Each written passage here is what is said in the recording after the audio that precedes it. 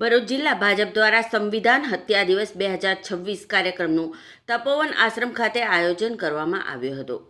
જિલ્લા ભાજપ સંગઠન દ્વારા આ કાર્યક્રમ પૂર્વ મંત્રી છત્રસિંહ મોરી, દીવ, દમણ અને દાદરા નગર હવેલીના પ્રભારી દુષ્યંત પટેલની વિશેષ ઉપસ્થિતિમાં યોજવામાં આવ્યો હતો, જેમાં દક્ષિણ ગુજરાત પ્રશિક્ષણ વર્ગના સંયોજક રાજેશ દેસાઈ પણ ખાસ ઉપસ્થિત રહ્યા હતા। કટોકટીના કાળા દિવસ અંગે ઉપસ્થિત વક્તાઓ અને મહાનુભાવોએ જિલ્લાના આગેવાનો, હોદ્દેદારો, પદાધિકારીઓ અને કાર્યકરોને કટોકટીના સમયગાળામાં લોકશાહીના ઘોટાયેલા ગળા અંગે વિસ્તારમાં માહિતી આપી હતી। એ સમયે દેશ માટે સૌથી વધુ ત્યાગ અને સંઘર્ષ રાષ્ટ્રીય સ્વયંસેવક સંઘના કાર્યકર્તાઓ તથા ભારતીય જનસંઘ આજની ભાજપે કર્યો હતો, જે અંગે જાણકારી આપવામાં આવી હતી। જિલ્લા ભાજપ પ્રમુખ પ્રકાશ મોદી, મહામંત્રી જિજ્ઞેશ મિસ્ત્રી, પરેશ પટેલ અને નરેન્દ્રસિંહ પરમાર દ્વારા આયોજિત સમગ્ર કાર્યક્રમને સફળતાપૂર્વક પાર પાડવામાં આવ્યો હતો। આ કાર્યક્રમનો મુખ્ય હેતુ કટોકટીના સમયગાળાના ભયાનક અનુભવોથી નવી પેઢીને અવગત કરાવવાનો હતો, તેમ જિલ્લા પ્રમુખ પ્રકાશ મોદીએ જણાવ્યું હતું, જેથી લોકશાહીની મૂલ્યવત્તા જળવાઈ રહે અને ભવિષ્યમાં ફરી ક્યારેય એવો અંધકારમય સમય ન આવે। 25 જૂન એટલે સંવિધાન હત્યા દિવસ। 25 જૂન 1975 ના રોજ એ વખતના વડાપ્રધાન ઇન્દિરા ગાંધીએ આ દેશ ઉપર કટોકટી લાડી અને ભારતીય જનસંઘના અનેક આગેવાનોને કારાવાસમાં ધકેલ્યા હતા। એમાં શ્રદ્ધેય અટલ બિહારી વાજપેયીજી, ડોક્ટર મુરલી મનોહર જોશી, લાલકૃષ્ણ અડવાણીજી, જ્યોર્જ ફર્નાન્ડીસજી અને બીજા સેંકડો લોકોને કારાવાસમાં ધકેલ્યા।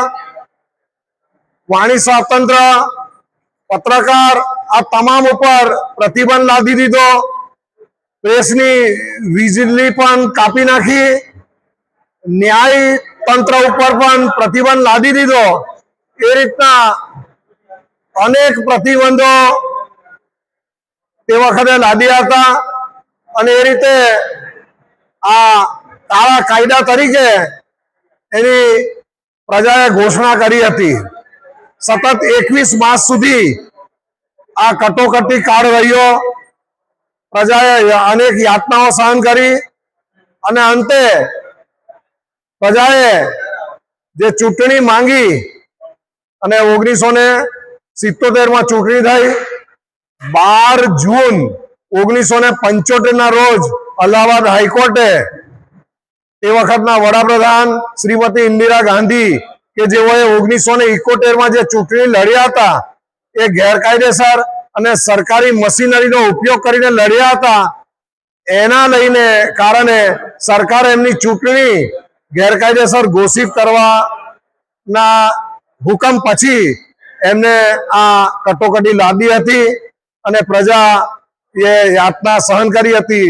એટલે ભારતીય જનતા પાર્ટી તરફથી 25 જૂન કે જે કટોકટી લાદવાનો દિવસ હતો એ દિવસને દર વર્ષે કાળા દિવસ તરીકે ઉજવણી કરવામાં આવે છે અને લોકોને આની આવનારી પેઢીને પણ આની માહિતી આપવામાં આવે છે, આનાથી અવગત કરવામાં આવે છે।